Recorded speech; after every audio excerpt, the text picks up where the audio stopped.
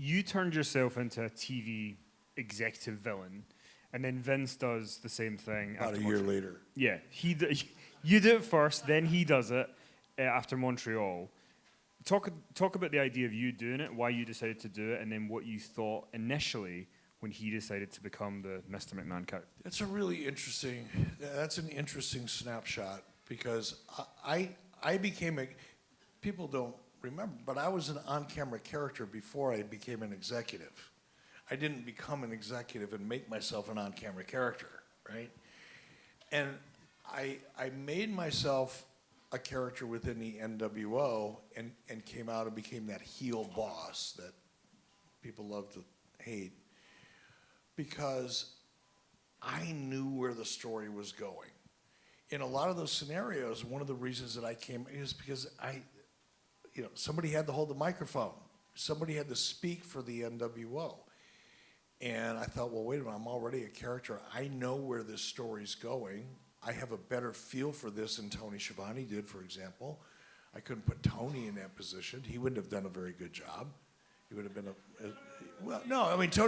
Tony was a better announcer by a mile than I was. There's no question. Tony was a much, much better play-by-play announcer than I was. But it's kind of like casting for a movie. You don't put Tony Schiavone out in front of the NWO to speak for them. It just square peg, round hole. I thought, well, who's better at that than me? I'm writing this. I know where it's going. So that's why I put myself in that role. And it worked, because people hated me anyway.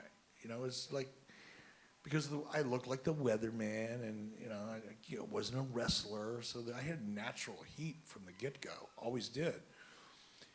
When Vince turned heel, I went, you bitch. I can't believe you're copying my You sue me for a character that we created, and now you're copying my but I'm making light of it. I was actually flattered in a way, but I also knew that it was going to work. So it scared me a little bit. So then you decide to come back with challenging Vince McMahon to a match on pay-per-view at Slamboree 1998. Talk about the idea of doing that, and the day of, is he going to show up, all that stuff. That was fascinating. So the reason I did that is because I had fired Sean Waltman. A little bit of backstory, because I liked Sean at the time, but I had to fire him anyway. Sean's contract was up for renegotiation. Sean and I had renegotiated his contract. We had agreed on all of the terms. Sean Waltman was represented by an agent by the name of Barry Bloom.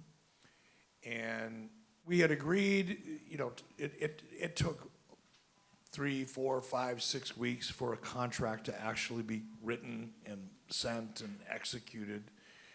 And during that period of time, Sean Waltman and his agent decided that, we're going to hold out for more money.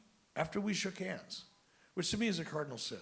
If I shake hands, if I look somebody in the eye and I shake hands and look somebody in the eye and I shake their hand and say, okay, we have a deal, I'm going to do that deal, whether it was a bad deal, whether it was going to hurt me, whatever. If I give somebody my word, that's it. I'm going to do it.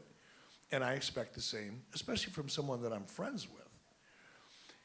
And Sean did the opposite, because he was advised by Barry Bloom, his agent, to hold out.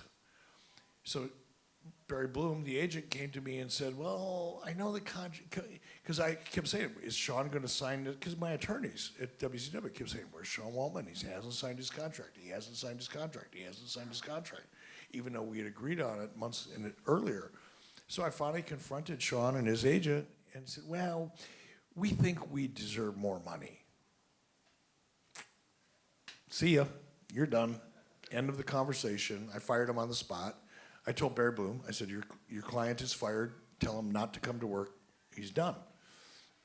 Well, Sean immediately went to WWF. Vince was very smart, because Sean Waltman was a valuable part of the NWO. People they think of Hulk Hogan, they think of Scott Hall, they think of Kevin Nash. Sean Waltman was a big part of the success of the NWO.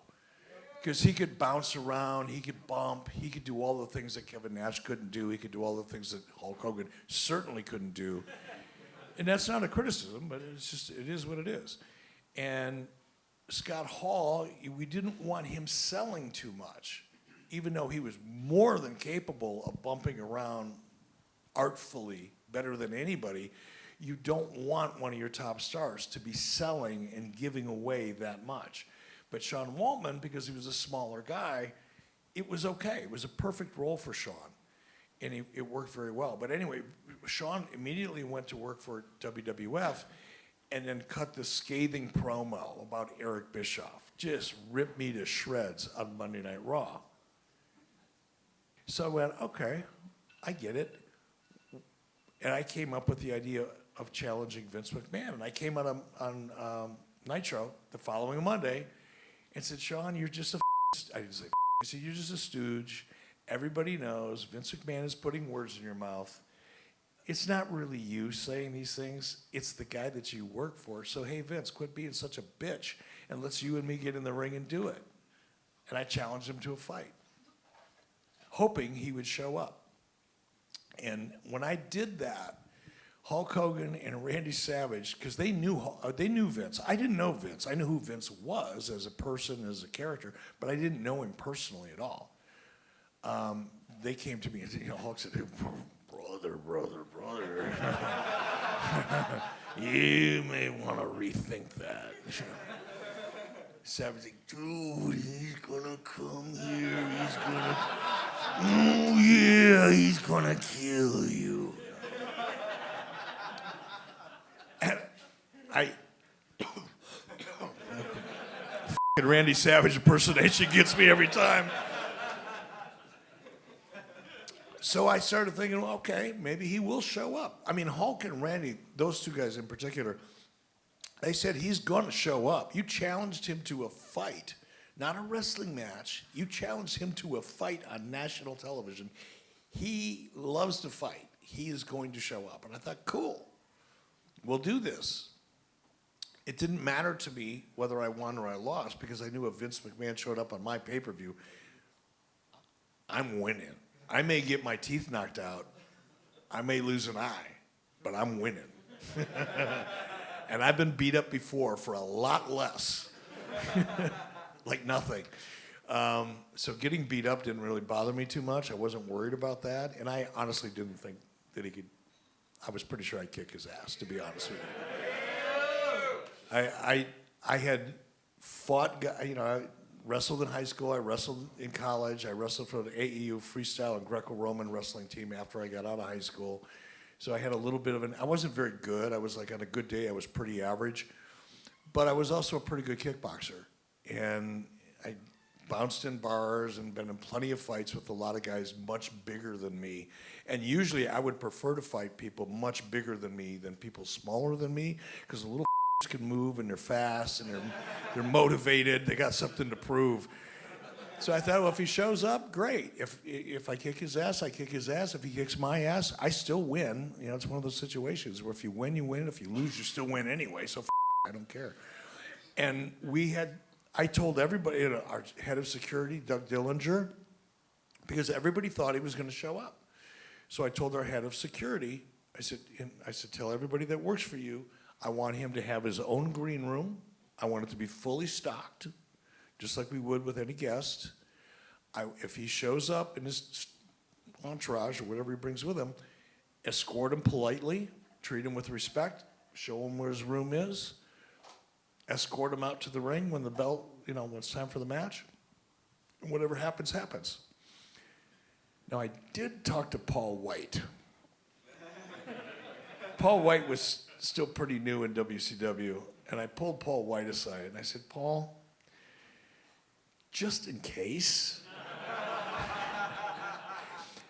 like if I'm getting my ass kicked, I don't care. But if it looks like it could be permanent damage, help a brother out. Was there any part of you that was scared of Vince McMahon's natural athleticism?